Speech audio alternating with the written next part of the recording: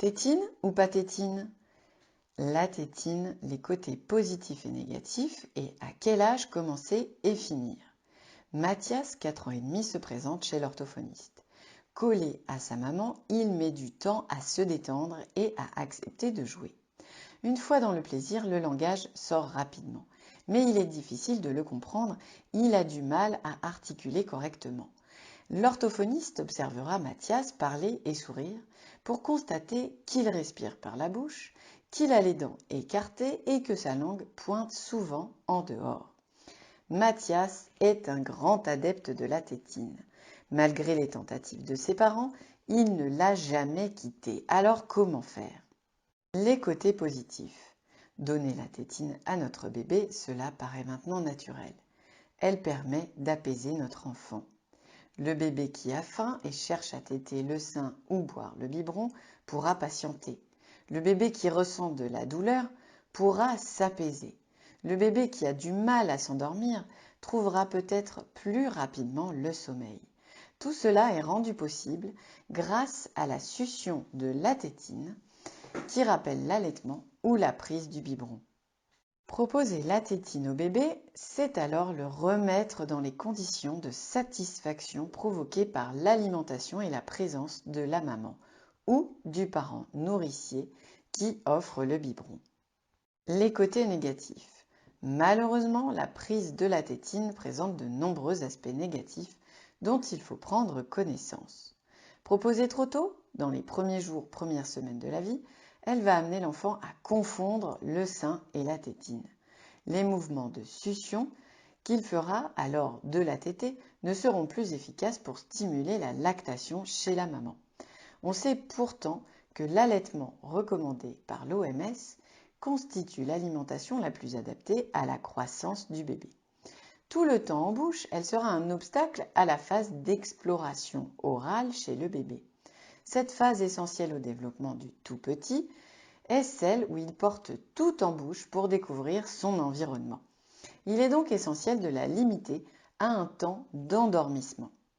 Lorsqu'elle est prise trop souvent et ou trop tardivement, la tétine aura différents impacts anatomiques. Elle modifiera en profondeur les mouvements de la langue, de la mâchoire et de la déglutition. Elle creusera aussi le palais à cause de sa rigidité. Cela perturbera la croissance du visage, la respiration et les capacités d'articulation tout en favorisant les infections ORL comme les otites. Elle ne doit pas rester dans la bouche toute la journée car elle est un barrage au langage et à la respiration. Sa prise prolongée pourra déplacer les dents. La tétine empêchera aussi la langue de monter progressivement au palais et de se muscler. Cela risque de rendre l'articulation très compliquée. La langue aura du mal à effectuer des mouvements articulatoires précis. De plus, elle ne pourra pas prendre appui sur des dents bien positionnées. Enfin, la malposition dentaire causera des problèmes esthétiques qui pourront nécessiter un appareillage orthodontique. Mais comment amener l'enfant à s'en séparer et à quel moment? Il est considéré qu'une succion non nutritive, comme celle de la tétine, ne doit pas se prolonger après 3 ans. Après cet âge, la tétine n'a plus d'utilité pour l'organisme. Elle n'est plus un besoin. Elle devient alors un confort. Plus on attend et plus la tétine est à sa disposition, plus il sera difficile de s'en séparer pour l'enfant. En tant qu'adulte, arrivez-vous facilement à vous défaire d'une habitude? Cela est compliqué pour tout le monde et cela demande du temps. C'est encore plus vrai pour les enfants. Afin de les aider à abandonner leur tétine, il est important d'y aller doucement. Il faut prévoir en fonction de l'âge un moment auquel la tétine devra être abandonnée.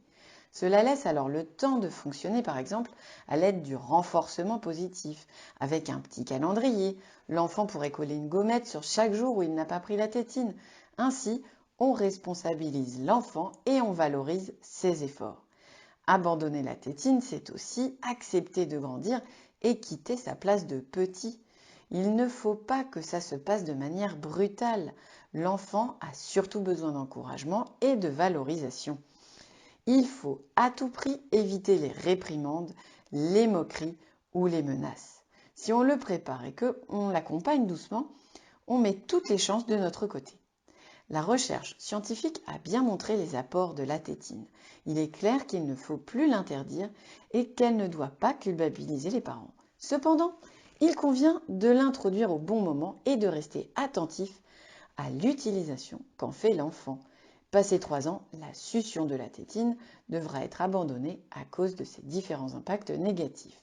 Déglutition, dentition, langage, respiration. Ce qui est important, c'est de ne pas laisser l'enfant devenir dépendant de sa tétine. Au contraire, il a besoin de ses parents pour être prêt à la quitter au bon moment et en douceur.